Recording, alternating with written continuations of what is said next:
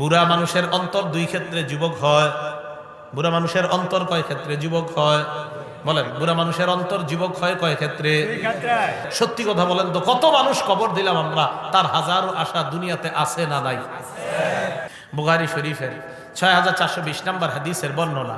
ক্বালা রাসূলুল্লাহ সাল্লাল্লাহু আলাইহি ওয়াসাল্লাম, নবীজি বলেন, লা ইয়াজালু কলবুল কাবীরি শাববান ফিসনাতাইন।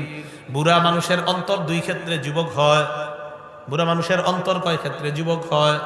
বলেন, বুড়া মানুষের অন্তর যুবক হয় কয় ক্ষেত্রে? এক নাম্বার, ফি হুব্বিল মাল, সম্পদের মহব্বতে বুড়া মানুষের অন্তরটা যুবক হয়। দুই নাম্বার, অতুলিল আমাল, লম্বা আশা। তাহলে মানুষ বুড়া হয়, তার আশা দুই ক্ষেত্রে যুবক হয়। এক, আরো সম্পদ চাই, আরো সম্পদ চাই। দুই নাম্বার, লম্বা আশা। কিও কাকা কই যান? মসজিদে যাই। কি করতে? জোহরের নামাজ পড়তে। মনটা খারাপ কেন?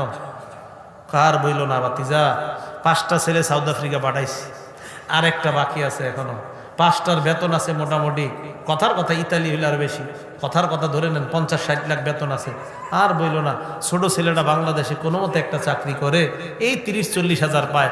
এই টেনশনে আর বাঁচতাছি না। কাকার বয়স 72। তাহলে আশা কি? কাকার আশাটা কি বুড়ো হইতেছে না যুবক? কিন্তু কাকার বয়স বাড়তেছে। তো নবীজি সাল্লাল্লাহু আলাইহি সাল্লাম বলেন, মানুষ বাড়তে থাকে, মানুষের বয়স বাড়তে থাকে, তার আশা যুবক হতে থাকে। মানুষ মারা যায়, আশাগুলা থেকে যায়। সত্যি কথা বলেন তো, কত মানুষ কবর দিলাম আমরা, তার হাজারো আশা দুনিয়াতে আছে না নাই? আল্লাহ কথাগুলা বুঝার তৌফিক দান করেন। তো বলছিলাম, রাসূলুল্লাহ সাল্লাল্লাহু আলাইহি ওয়াসাল্লাম কি বললেন?